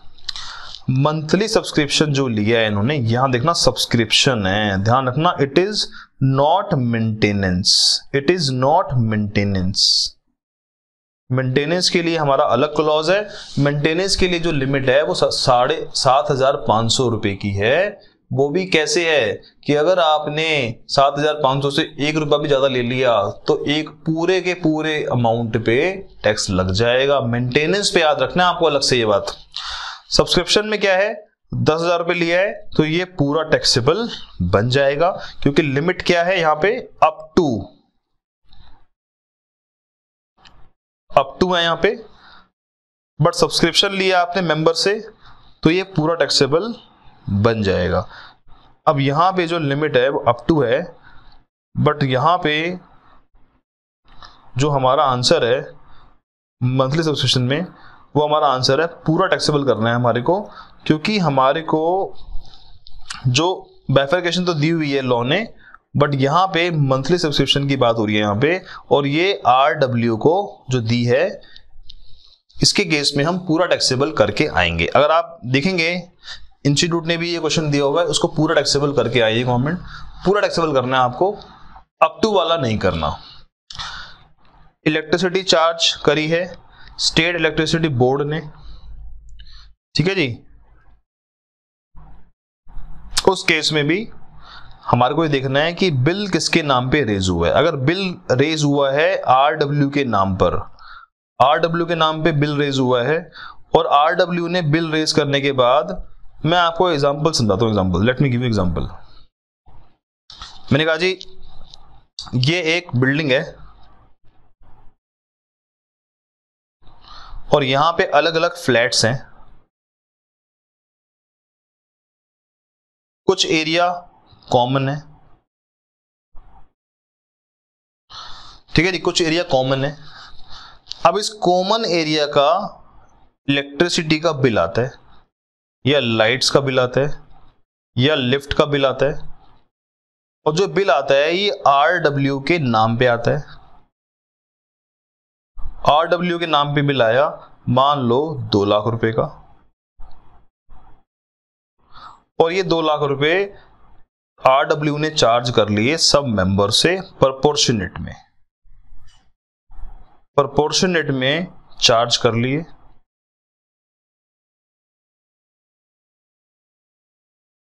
चार्ज कर लिए 2 लाख रुपए, तो गवर्नमेंट ने बोला ये 2 लाख रुपए जो आपने चार्ज करे हैं ये टैक्सेबल हो जाएंगे। क्यों? क्योंकि बिल जो आया है वो RW के नाम पे आया है। अगर अब बिल RW के नाम पे आया है तो हम मान लेंगे कि इसने ये सर्विस पहले ली है, इनवर्ट सप्लाई करी है, पहले इनवर्ट सप्लाई करी है, फिर इसने आउटवर्ड सप्लाई करी है। पहले सर्विस ली है, फिर सर्विस दी है, पहले सर्विस ली इसने, फिर सर्विस दी, तो इसको हम अलग मानेंगे, इसको हम अलग मानेंगे। ध्यान रखना ये कंसेप्ट वैसे आपके कोर्स का पार्ट नहीं है, इसको बोलते हैं प्योर एजेंट। ये नहीं है, क्योंकि ये पहले सर्विस ले रहा है फिर सर्विस दे रहा है, अपने नाम पे सर्विस ले रहा है फिर सर्विस दे रहा है। Let me give you an example. एक चार्टर्ड अकाउंटेंट है, उसके पास एक बंदा आया लास्ट डेट पे, कह रहा सर मेरी ना इनकम टैक्स की रिटर्न भर दो और मेरा टैक्स बन रहा है 5,000 रुपए। तो सी ने बोला एक काम कर 5,000 रुपए कर दे गवर्नमेंट को, ऑनलाइन पे होगा। कह रहा है भाई साहब मैं तो गरीब आदमी हूं, मेरे पास ऑनलाइन बैंकिंग नहीं है, मेरे पास तो पेटीएम भी नहीं है, मेरे पास तो कैश पड़ा हुआ है, ये लो जी। लास्ट डेट वाला दिन है, बैंक में जाके चालान जमा कराने का टाइम नहीं है। तो सीए ने क्या करा, वो सीए ने 5,000 रुपए अपने अकाउंट से पे कर दिए टैक्स डिपार्टमेंट को, इनकम टैक्स में पे कर दिए। अब बताओ ये इनकम टैक्स से पे करने के बाद सीए ये चार्ज करेगा नहीं करेगा? ये क्लाइंट से मांगेगा, कहेगा जी ये 5,000 रुपए मेरे को वापस कर दो। क्योंकि अब बताओ सीए के लिए वो 5,000 रुपए जो मिलेंगे क्लाइंट से वो उसकी इनकम है कि नहीं है? ऑब्वियसली उसकी इनकम नहीं है, क्योंकि जो ये टैक्स का पैसा जमा हुआ है, ये टैक्स का पैसा जमा हुआ है ये उस क्लाइंट के नाम से हुआ है, क्लाइंट का टैक्स है, क्लाइंट के लिए मैंने पे करा है और क्लाइंट के नाम से ही पे करा है। तो मैं तो ये रिम्बर्समेंट मांग रहा हूं अपनी, मैं तो ये रिम्बर्समेंट मांग रहा हूं अपनी। I am not taking any further supply नहीं कर रहा मैं। ये 5,000 रुपए के तो पैसे मैंने लिए हैं क्लाइंट से, ये तो मैंने अपने हक के लिए हैं जो मैंने उसके बिहाफ पे गवर्नमेंट को जमा कराए थे। तो इस तरह की सप्लाई को हम क्या मानते हैं? As a pure agent. मैं तो उसका एजेंट हूं, मैं तो एजेंट की तरह काम कर रहा हूं, मेरा कोई उसमें रोल नहीं है। तो इस तरह के काम में गवर्नमेंट कहती है जी हम इसको टैक्सेबल नहीं करेंगे, it is not supply, this kind of service is not supply. जहां मैंने कुछ पैसे चार्ज करे हैं, सिर्फ अपने पॉकेट से दिए थे मैंने, एज इट इज मैंने क्लाइंट से वापस ले लिए, इसको मैं बोलता हूं प्योर एजेंट। इस पे हम जीएसटी नहीं लगाते क्योंकि ये सप्लाई नहीं बनता, ये वैल्यू में ऐड नहीं होता। इसके लिए मैं आपको एग्जांपल एक और देता हूं। आपने एक मूवी देखी होगी सलमान खान की बजरंगी भाईजान, बड़ा अच्छा एग्जांपल है इस चीज का। जो बजरंगी भाईजान होते हैं हमारे सलमान खान साहब, ये एक गुड़िया को, एक बच्ची को पाकिस्तान छोड़ने जाते हैं। अब पाकिस्तान जब छोड़ने जा रहे हैं तो ये क्या है, एक तरह से प्योर एजेंट है, इनका कोई लेना देना नहीं है, इनका कोई स्वार्थ नहीं है, इनका तो बस काम है कि वो बच्ची को वहां पहुंचा दें, उसका कोई प्रॉफिट मार्जिन, कोई अपने नाम से कुछ नहीं कर रहे, वो तो बच्ची को वहां पे छोड़ के आ रहे हैं, वो प्योर एजेंट है। अगर वो बोले जी नहीं मैं पैसे लूंगा इसके अंदर, मैं चार्ज करूंगा, मेरा टाइम पर वेस्ट हो गया, ये हो गया, तो उसमें वो प्योर एजेंट नहीं होंगे, उसके इसमें जो सप्लाई दे रहे हैं वो टैक्सेबल हो जाएगी। तो सिंपल एग्जांपल है जी, अगर आरडब्ल्यू ने अपने नाम से कोई बिल लिया है और बाद में बिलिंग कर रहे हैं, चाहे भले ही उसने अपना मार्जिन ऐड नहीं करा, 2 लाख रुपए पूरे रिकवर कर लिए मेंबर से, तो मेंबर अलग है, आरडब्ल्यू अलग है, दोनों का पैन कार्ड अलग है, इसको हम क्या मान लेंगे, सप्लाई मान लेंगे, और सप्लाई भी मान लेंगे तो टैक्सेबल सप्लाई मान लेंगे। तो बहुत ही इंपॉर्टेंट पॉइंट था जो बच्चे को क्लियर नहीं होता, अपने नाम से अगर काम कर रहे हो आप तो हम सप्लाई मान लेंगे। मैं एग्जांपल चेंज करता हूं, मैंने कहा जी एक बिल आया, ये हमने कोई फ्लैट है, फ्लैट में यहां एक मीटर लगा हुआ है और मीटर लगा हुआ है मिस्टर ए के नाम से, मिस्टर ए का बिल आया 10,000 रुपए। अब ये जो बिल जाना है, ये जाना है जो हमारा इलेक्ट्रिसिटी डिपार्टमेंट है उसको ये बिल जमा कराना है, तो बिल ये जमा डायरेक्टली ना करा के आरडब्ल्यू के थ्रू जाएगा। ये बंदा कहेगा जी आप ये बिल मेरे से ले लो, सारे बंदे कहेंगे ये बिल आप हमारे से ले लो, ये बिल हमारे नाम पे है और ये आप जमा करा दो यहां पे। अब ये क्या है इस टाइम पे, ये इस टाइम पे प्योर एजेंट है, सलमान खान है ये आरडब्ल्यू कह रहा है कि मेरा कोई मतलब नहीं है, मैं तो आप ही का बिल, आप ही के नाम का बिल मैं आपसे जमा करा के मैं तो गवर्नमेंट को, डिपार्टमेंट को जमा करवा रहा हूं, मेरा इसमें कोई रोल नहीं है, मार्जिन की बात नहीं है यहां पे, मेरा तो नाम ही नहीं है यहां पे कहीं बिल पे, तो ये वाली सप्लाई नहीं होगी। सप्लाई नहीं होगी तो इसको हम वैल्यू में ऐड नहीं करके आएंगे। ये थोड़ा सा क्रिटिकल पॉइंट था, मैंने आपको करा दिया है, आई होप आपको समझ में आ गया। तो अपने नाम से काम करेगा अगर आरडब्ल्यू है तो सप्लाई में ऐड होगा, और अपने नाम से काम नहीं कर रहा, जस्ट एक एजेंट की तरह काम कर रहा है। एजेंट भी कौन सा, प्योर एजेंट, जहां पे अपना कहीं नाम इन्वॉल्व नहीं है, उस केस में हम इसको सप्लाई नहीं मानेंगे। इस तरह के काम अब आपको समझ में आएगा। आप पढ़ते हैं एक बार इसको, आप पढ़ोगे आपको समझ में आएगा कंसेप्ट। देखो तो electricity charges levied by state board on his member in respect of electricity company member, bill was raise in the name of member, member के नाम पे बिल रेज हुआ है और कलेक्ट भी हुआ है, वो मेंबर से लेके आरडब्ल्यू ने गवर्नमेंट को बस बिल ही जमा करा दिया है, कहीं भी इसने अपना नाम यूज नहीं करा है। तो इस केस में ये हो जाएगा आपका, ये आपका नॉट सप्लाई हो जाएगा, नॉट सप्लाई, और वैल्यू में ऐड नहीं होगा। दूसरा केस ये लेते हैं, electricity charges by state electricity board on common facility like lift, common lift, lights, RW collected the same from 10,200 families and bill in the name of RWA। अब इस केस में RW क्या कर रहा है, बिल अपने नाम पे ले रहा है और बाद में अपॉर्चनमेंट कर रहा है उसका, तो ये आपका टैक्सेबल हो जाएगा क्योंकि बिल किसके नाम पे, आरडब्ल्यू के नाम पे है, वो प्योर एजेंट की तरह काम नहीं कर रहा। उसके बाद है जी proceed of sale ticket, musical performance दी है हमने, तो हम टिकट सेल करी है, बट टिकट जो है 500 रुपए से कम की है, तो ये एक अलग एग्जम्पशन आई हुई है, पढ़ाऊंगा मैं आपको, ये एग्जम्प्ट है, 500 रुपए से कम की टिकट जो है म्यूजिकल परफॉर्मेंस के ऊपर ये एग्जम्प्ट रहेगी। तो ये हम पढ़ेंगे अलग किसी एंट्री में। तो इसका आंसर देख लेते हैं, क्या आंसर है इसका, ये आपका टैक्सेबल है, पूरा टैक्सेबल लिया है, ठीक है जी, एंटायर अमाउंट टैक्सेबल किया हमने, पूरा का पूरा अमाउंट टैक्सेबल किया है, सब्सक्रिप्शन पर पूरा टैक्सेबल अमाउंट किया है। यहां पे इंस्टीट्यूट ने थोड़ी क्लैरिटी में पता नहीं क्या जो मॉड्यूल में आंसर दिए हुए हैं और जो एग्जाम में क्वेश्चन पूछा गया है वहां थोड़ा सा मतभेद है, कॉन्ट्राडिक्शन है। जब एग्जाम में क्वेश्चन पूछा गया तो इंस्टीट्यूट ने आंसर ऐसे दिया कि 9,000 माइनस 7,500, 2,500 रुपए टैक्सेबल है। इंस्टीट्यूट ने ऐसे आंसर दिया है। और जब मैं पढ़ता हूं इंस्टीट्यूट के मॉड्यूल में, तो मॉड्यूल में आंसर ऐसे दिया हुआ है कि सब्सक्रिप्शन वगैरह पे भी जो आंसर है वो पूरा का पूरा, अगर आपका एक्सीड हो रहा है तो पूरा का पूरा टैक्सेबल है। तो मैं आपको राय ये दूंगा कि अगर आपका क्वेश्चन आ जाए मेंटेनेंस का क्वेश्चन आ जाए, तो आप पूरा का पूरा, अगर 9000 है तो 9000 का पूरा टैक्सेबल करके आ जाना। प्लस में आपको आईटीसी लेना है, जो आईटीसी क्वेश्चन में दिया होगा आईटीसी आपको लेना है। मैं आपको क्वेश्चन कराऊंगा, आपको दिखाऊंगा डिफरेंस कहां पर है। क्वेश्चन आपका अगर इस तरह से आ जाए सब्सक्रिप्शन वाला, तो अगर आपको एक्सीड हो रहा है तो आप पूरा का पूरा टैक्सेबल करके आ जाना। थोड़ा सा मतभेद है, कॉन्ट्रडिक्शन है, वो मैं आपको क्लियर करूंगा और आपको क्वेश्चन कराएंगे ऐसे कि वहां क्लियर कर दूंगा। तो इलेक्ट्रिसिटी बोर्ड हो गया, ये आपका नॉट सप्लाई है। फिर उसके बाद टिकट है, एग्जम्प्ट है अप टू 500। अदर जो मेंबर से पैसे लिए हैं वो भी टैक्सेबल हैं आपके। और ये जो आपने अपने नाम पे काम किया था ये भी आपका टैक्सेबल है, ये आपका टैक्स निकल के आ गया। ठीक है दोस्तों। उसके बाद हमने पढ़ा था, बात करी थी एंटरटेनमेंट की।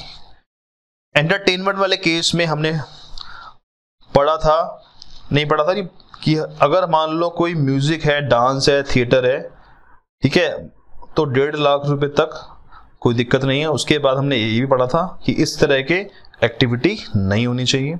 Service for entertainment, right to use, मतलब हमने एंट्री के पैसे दिए हैं, और जो ये इसको बोलते हैं पैसिव मोड में।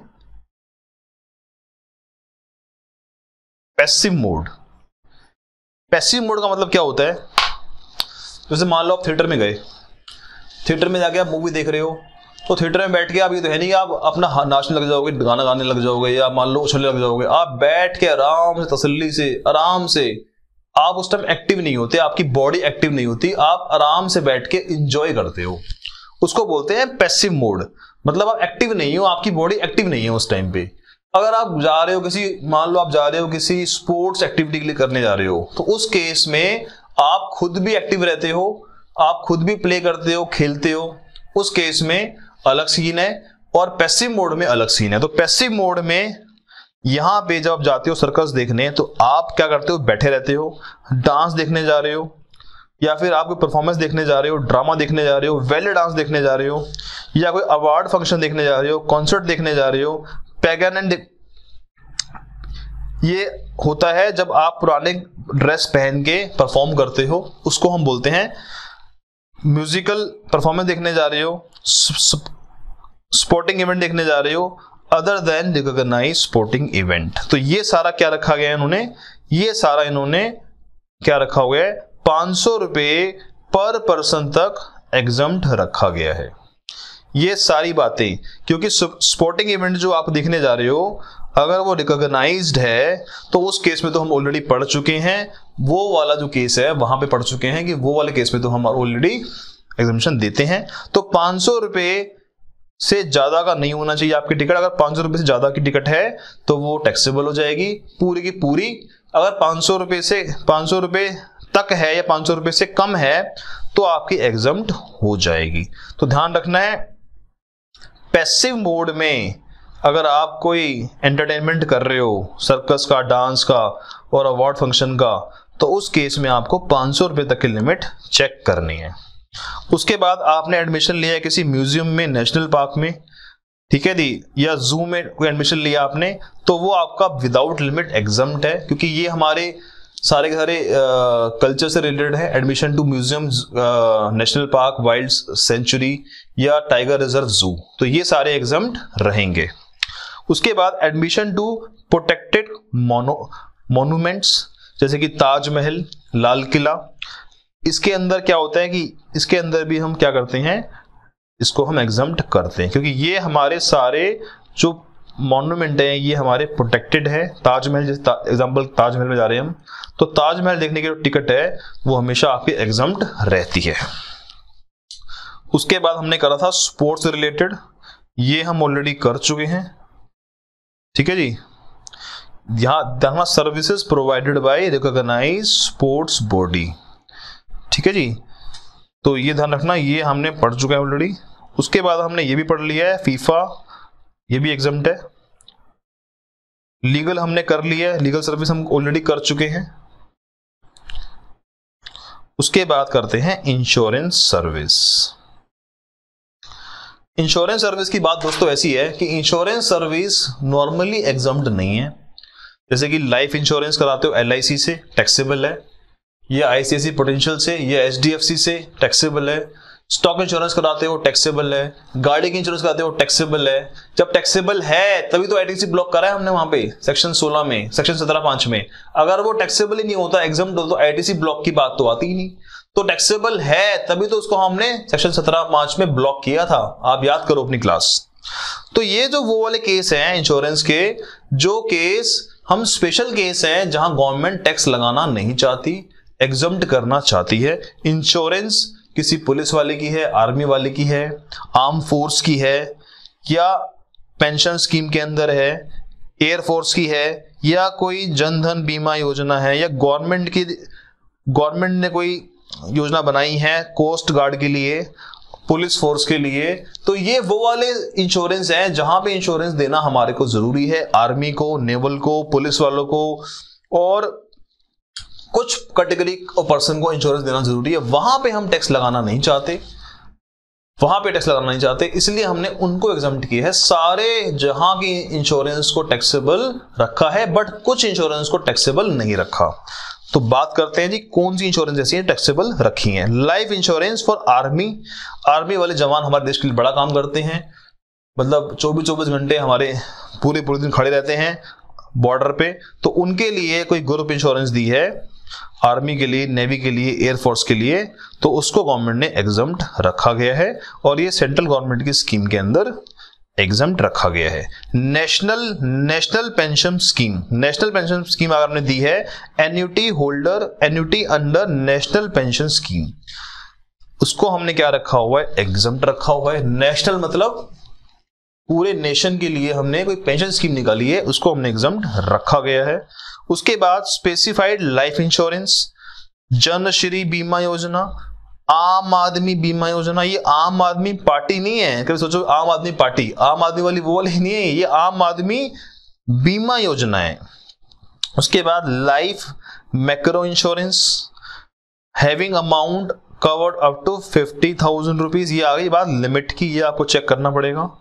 50,000 रुपए कौन से वाली है, life micro insurance, approve by IRDA ने अप्रूव करी है।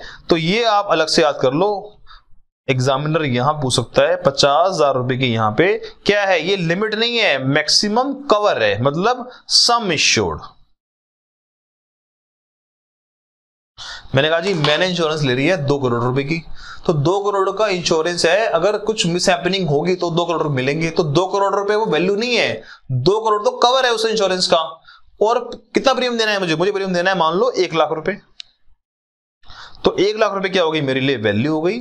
और जो मुझे 50 या 2 करोड़ का इंश्योरेंस मिला है वो मेरे लिए कवर हो गया। तो कवर की बात हो रही है यहाँ पे, वैल्यू की बात नहीं होती, यहाँ पे हम कवर की बात कर रहे हैं कि मैक्सिमम कवर 50,000 रुपए का होगा। इस केस में, मैक्रो वाले केस में, अगर आपका कवर की बात हो रही है यहाँ पे, क्योंकि छोटे लोगों के लिए बनाई गई है, ये मैक्रो लेवल के लिए बनाई गई है, बहुत गरीब लोगों के लिए बनाई गई है। तो गरीब लोगों का कवर 50,000 काफी होता है। 50,000 के कवर के लिए एग्जम्पशन देंगे। अगर 60 का कवर हो जाएगा, 51 का कवर हो जाएगा, तो हम एग्जम्पशन नहीं देंगे। और ये बात पढ़नी है आपको ओनली मैक्रो वाले के लिए। तो 50,000 का कवर देखना है आपको, प्रीमियम नहीं देखना, कवर देखना है, इंपॉर्टेंट बात है। उसके बाद है वरिष्ठ पेंशन बीमा योजना, प्रधानमंत्री जीवन ज्योति, प्रधानमंत्री जनधन, प्रधानमंत्री जहां भी आ जाए ना वहां टिक्का मार देना एग्जम्प्ट। अब क्या करें, सारी बातें तो हमें याद रहेगी नहीं, हमें बहुत कुछ याद करना है। तो प्रधानमंत्री ये सारी चीजें भी क्या है, हमारी एग्जम्प्ट की हुई हैं। Insurance premium paid by government, अगर कोई इंश्योरेंस प्रीमियम पूरी की पूरी टोटल, यहां वर्ड है total insurance premium central government ने दी है, स्टेट ने दी है, यूनियन टेरिटरी ने दी है, तो एग्जम्प्ट किया गया है उसको। लोकल अथॉरिटी यहां पे नहीं है, सिर्फ गवर्नमेंट ने दी है, तो उसको एग्जम्प्ट किया गया है। इंश्योरेंस टू पर्सनल गार्ड, भाई जो हमारे कोस्ट गार्ड होते हैं, नेवल गार्ड होते हैं उसके लिए भी हमारे को एग्जम्पशन मिली हुई है। Life insurance to central arm police force, central arm police force को एग्जम्पशन मिली गई है। या फिर कोई ग्रुप इंश्योरेंस ली है उसको भी एग्जम्पशन मिली गई है। इंपॉर्टेंट बात क्या है यहाँ पे, सेंट्रल आर्म पुलिस फोर्स को ही मिली है या under ministry of home affairs के केस में एग्जम्पशन मिली है। Specified scheme of general insurance, हट इंश्योरेंस यानी कि झोपड़ी, कैटल इंश्योरेंस यानी कि जानवर, अंडर स्वर्ण जयंती ग्राम स्वजग योजना। उसके बाद scheme of insurance of ट्रिबल्स, Janata personal accident insurance, ग्रामीण accident insurance, group personal insurance for women, agriculture pump settle insurance और प्रीमियम, ये सारी इंश्योरेंस हो गई। तो ये अब इतना एग्जामिनर आपको दिल पर नहीं जाएगा, आप मोटा मोटा याद कर लो, हंड इंश्योरेंस, कैटल इंश्योरेंस, जनता इंश्योरेंस, गर्म इंश्योरेंस और एग्रीकल्चर पंप इंश्योरेंस, ये सारी इंश्योरेंस वो हैं जो कि एग्जम्प्ट की गई हैं। उसके बाद इनकी कहानी खत्म नहीं हुई अभी।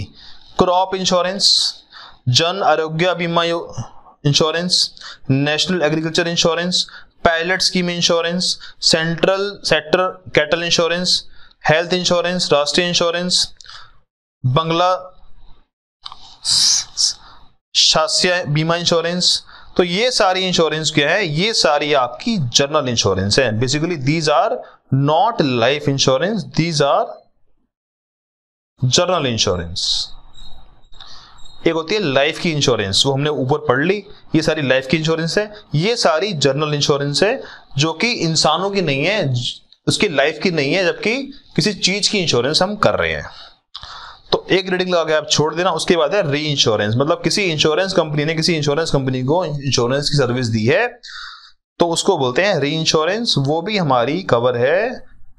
ये भी आप एक बार याद कर लेना, बस मोटा मोटा री इंश्योरेंस भी कवर है। तो ये हो गई बात हमारी इंश्योरेंस की, life insurance and general insurance की बात हमारी हो गई।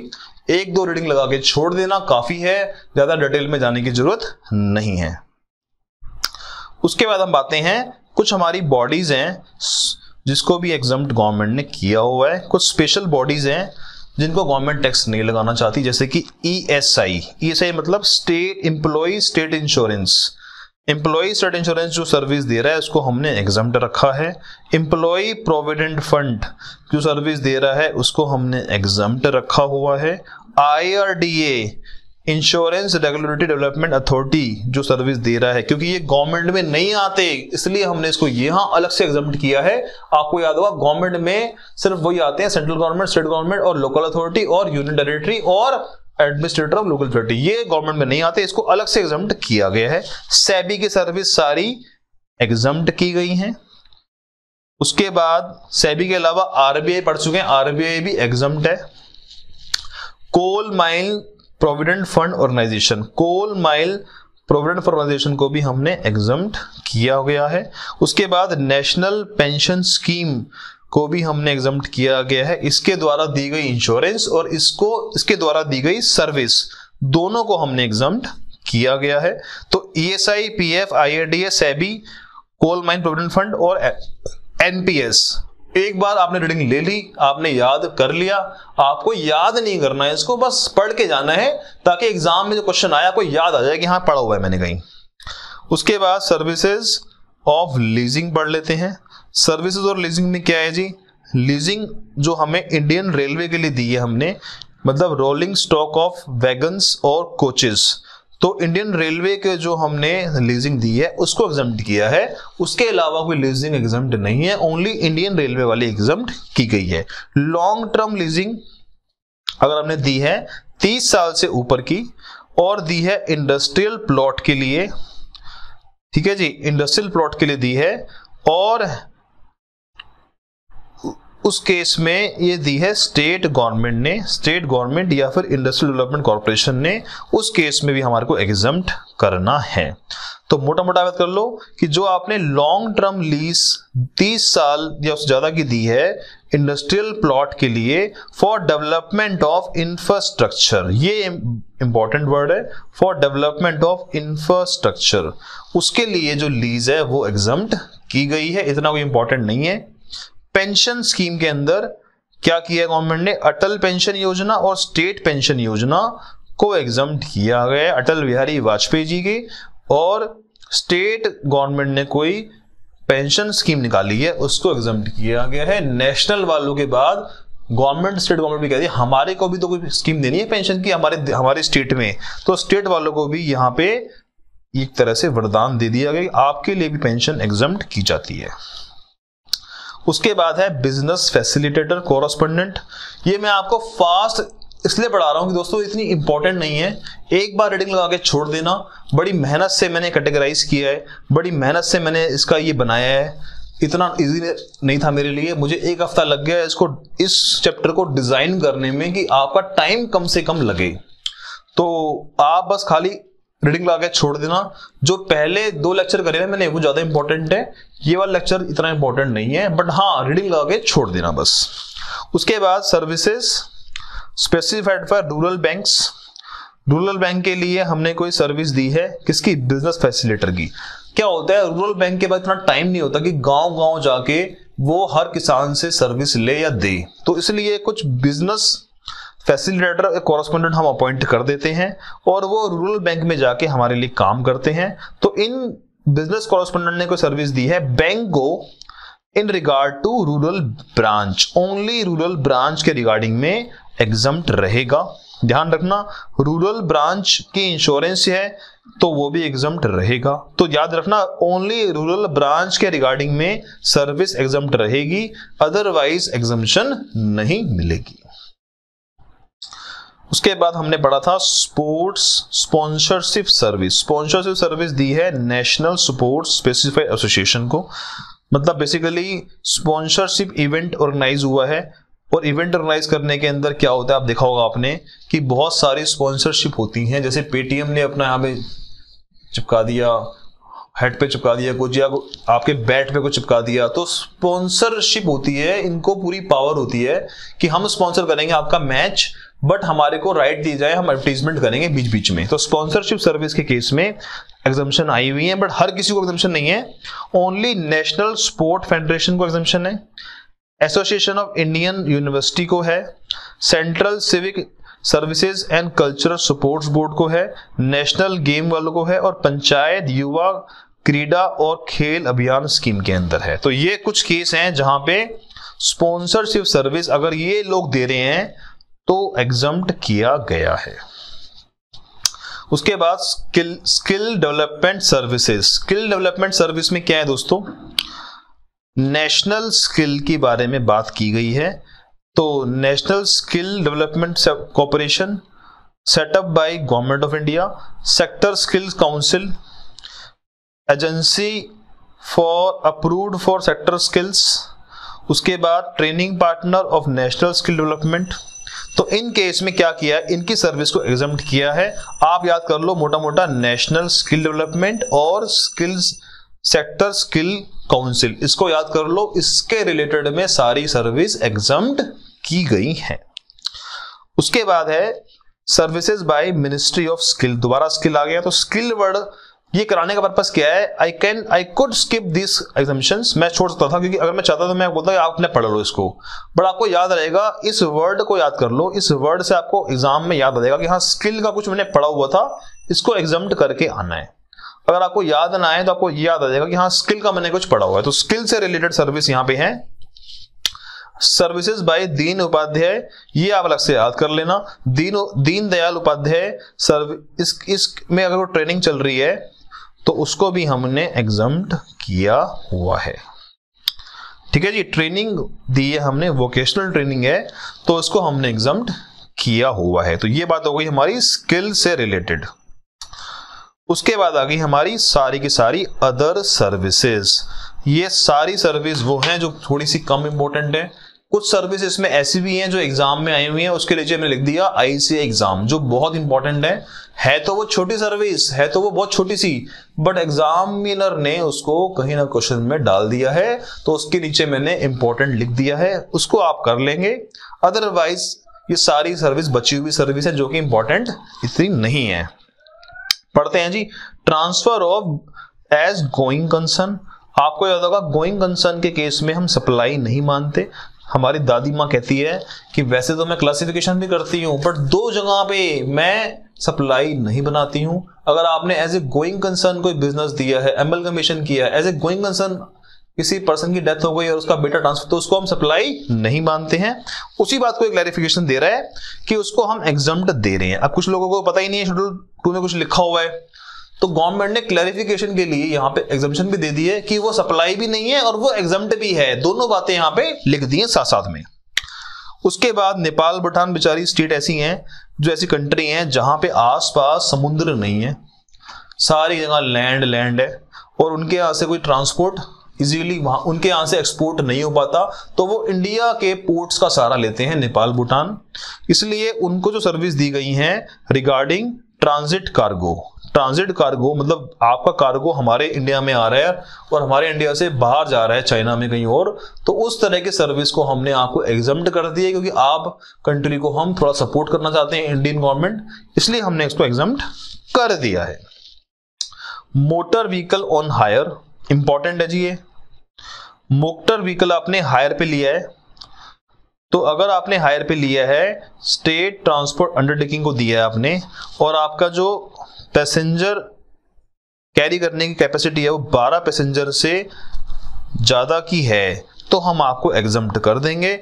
12 से कम की है तो एग्जम्प्ट नहीं करेंगे।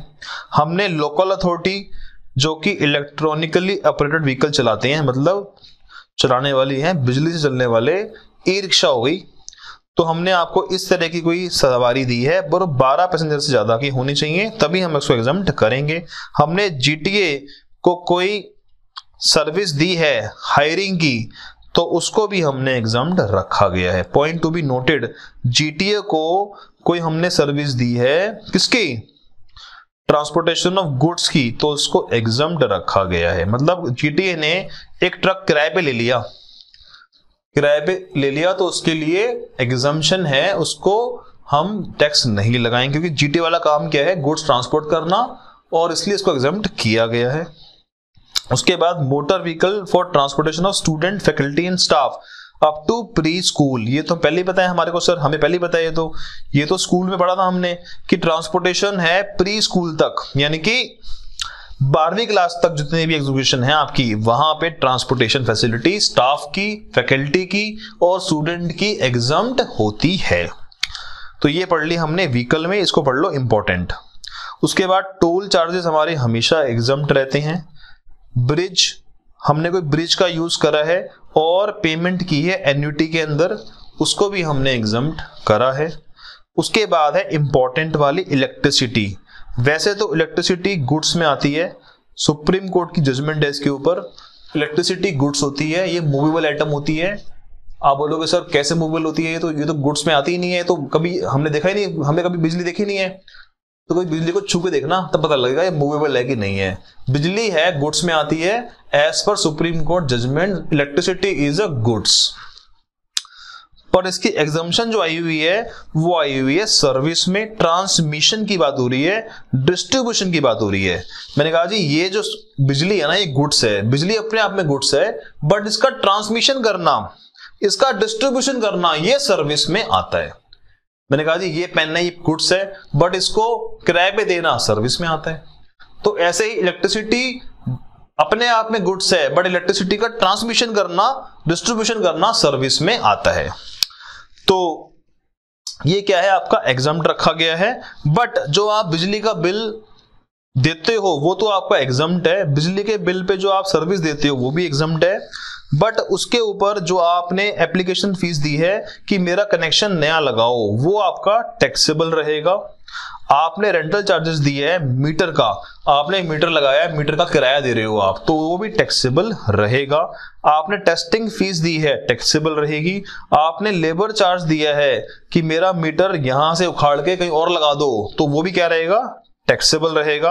आपने डुप्लीकेट बिल निकलवाया है तो भी टैक्सेबल रहेगा। तो ये है मोस्ट इंपॉर्टेंट जो एग्जामिनर चेक कर सकता है कि बिजली का बिल तो टैक्सेबल नहीं है, एग्जम्प्ट है, बट बिजली के बिल के अलावा application fees, rental charges, testing fees, labour charges और डुप्लीकेट बिल निकालने के लिए जो आप खर्चा देते हो उस पे जीएसटी लगेगा। उसके बाद होता है सर्विसेज बाय इनक्यूबेट। ये क्या होता है सर? ये आपके बेसिकली साइंस के लिए काम करते हैं, साइंस और टेक्नोलॉजी के लिए काम करते हैं, और इनकी सर्विस को गवर्नमेंट ने एग्जम्प्ट रखा गया है। अगर इनकी टर्नओवर 50 लाख तक है, 50 लाख तक है तो एग्जम्प्ट है, 50 लाख से एक्सीड नहीं करनी चाहिए, तभी हम आपको एग्जम्पशन देंगे। तो ये भी हो गया लिमिट वाला मैटर। 50 लाख तक आपकी अगर है तो हम आपको एग्जम्पशन दे देंगे। ठीक है जी। उसके बाद है step BOI, taxable service provided by TBI recognise NSTED bio incubator recognise by biotechnology. तो बायोटेक्नोलॉजी ने कोई संस्था को ऑर्गेनाइज किया हुआ है, रिकॉग्नाइज किया हुआ है, तो उसको हम एग्जम्प्ट कर देंगे, इतना कोई इंपॉर्टेंट नहीं है।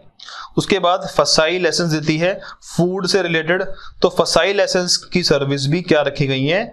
एग्जम्प्ट रखी गई है। आप देखते होंगे आपकी हर एक आजकल खाने की चीजों पे लिखा होता है फसाई, तो फसाई लाइसेंस होता है जो कि फूड वाले देते हैं कि ये फूड हमारा टेस्टेड है, ये फूड हमारा जेन्युइन है, तो उसके लाइसेंस की सर्विस सारी की सारी टैक्सेबल नहीं है, एग्जम्प्ट रखी गई है। न्यूज एजेंसी की सर्विस क्या रही है? हमेशा आपकी एग्जम्प्ट रही है, चाहे वो इंडिपेंडेंट जर्नलिस्ट भी हो, बट वो press trust of India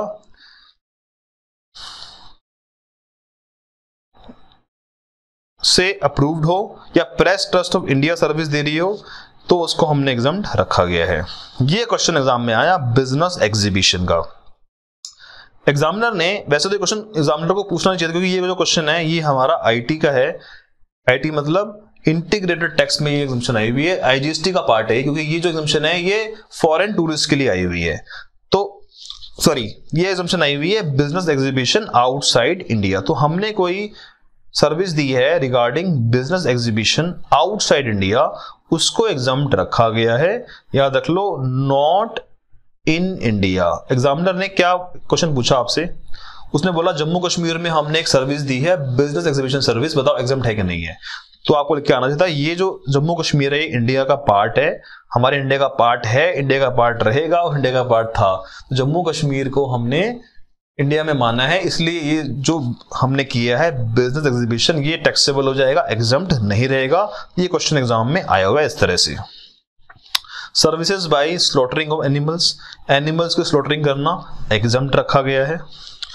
foreign diplomatic mission की सर्विस को एग्जम्प्ट रखा गया है। फॉरेन वाले बंदे बोलेंगे जी भाई साहब हम तो क्या है OAD, वो है मतलब क्या है आपका,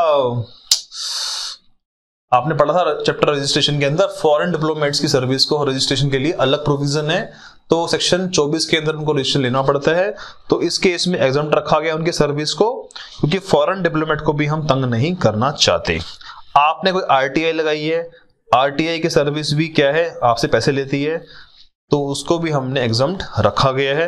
आप पब्लिक टॉयलेट यूज कर रहे हो, पब्लिक वॉशरूम यूज कर रहे हो, पब्लिक बाथरूम यूज कर रहे हो, पब्लिक लाइब्रेरी यूज कर रहे हो, आपको एग्जम्प्ट रखा गया है। फिर एक क्वेश्चन इंस्टीट्यूट ने ये भी पूछ लिया, इंपॉर्टेंट है, आपने कोई टूर की सर्विस दी है फॉरेन टूरिस्ट को और इंडिया के बाहर दी है, इंपॉर्टेंट वर्ड है इंडिया के बाहर, फॉरेन टूरिस्ट को इंडिया के बाहर दी है, नॉट इन इंडिया। इंडिया में दी है तो टैक्सेबल हो जाएगी, इंडिया के बाहर दी है तो वो एग्जम्प्ट हो जाएगी। एग्जामिनर ने ऐसा क्वेश्चन बना के दे दिया कि एक टूरिस्ट है उसको हमने सैर कराया मान लो लाल किले पे इंडिया में, बताओ टैक्सेबल है कि एग्जम्प्ट है? टैक्सेबल होगी। इंडिया के बाहर दी है तो एग्जम्प्ट हो जाएगी। सर्विसेज बाय RBI ऑलरेडी पढ़ चुके हैं, टैक्सेबल एग्जम्प्ट हो जाएगी। पब्लिक लाइब्रेरी हमेशा क्या हो जाएगी, एग्जम्प्ट हो जाएगी। तो दोस्तों ये हमने सारी छोटी मोटी बड़ी सारी एग्जम्पशन कवर कर ली हैं आपकी, कोई भी एग्जम्पशन मैंने छोड़ी नहीं है। फिर भी आप अच्छे से पढ़ लो, रिवाइज कर लो। जो एग्जम्पशन हमारी आई हुई है इंटीग्रेटेड टैक्स की वो मैंने कवर नहीं करी क्योंकि आपके कोर्स का पार्ट नहीं है। फिर भी जो इंपॉर्टेंट थी दो मैंने करा दी आपको, एक ये वाली और एक ये वाली, क्योंकि ये आपके एग्जाम में आई हुई थी। हालांकि आनी नहीं चाहिए एग्जाम में, पता नहीं क्यों इंस्टीट्यूट ने दे दी है, क्योंकि IT जो है आपके कोर्स का पार्ट नहीं है, इंटीग्रेटेड टैक्स की आपके कोर्स का पार्ट नहीं है। ये बात इंस्टीट्यूट ने लिखी हुई है मॉड्यूल में। तो दोस्तों हमने यहाँ पे अपना पूरा का पूरा कार्यक्रम खत्म कर लिया एग्जामिनेशन का 3 क्लासेस के अंदर। फर्स्ट क्लास में हमने करी ज्यादा इंपॉर्टेंट एग्जाम्पशन, उसके बाद सेकंड क्लास में करी हमने और ज्यादा इंपॉर्टेंट एग्जाम्पशन, और ये वाली क्लास में कुछ एग्जाम्पशन इंपॉर्टेंट है, कुछ एग्जाम्पशन खाली आपको पढ़ के ही जानी है, बार बार रिवाइज करने की जरूरत नहीं है, एक दो बार पढ़ के आप चले जाना काफी है आपके लिए। तो इस क्लास के बाद हम करेंगे नेक्स्ट क्लास में ICAI के क्वेश्चन एंड RTP के क्वेश्चन करेंगे कि हमारे चैप्टर करने के बाद हमारी अंडरस्टैंडिंग कैसी हुई है और हम कितने हद तक क्वेश्चन को सॉल्व कर पा रहे हैं। तो थैंक यू सो मच, अच्छे से आप इसको रिवाइज करो। बार बार बोल रहा हूं, चैप्टर लेंदी है बट आसान है, मुश्किल नहीं है। इसके आपको नोट्स बनाने हैं प्रॉपर, जो लिमिट वाले सेक्शन है उसको अलग नोट्स बनाओ, जो आपके प्लेन रीडिंग से एग्जाम्पशन आई है उसके अलग नोट बना के चैप्टर को क्लोज करो और आगे बढ़ जाओ। Thank you so much, take care.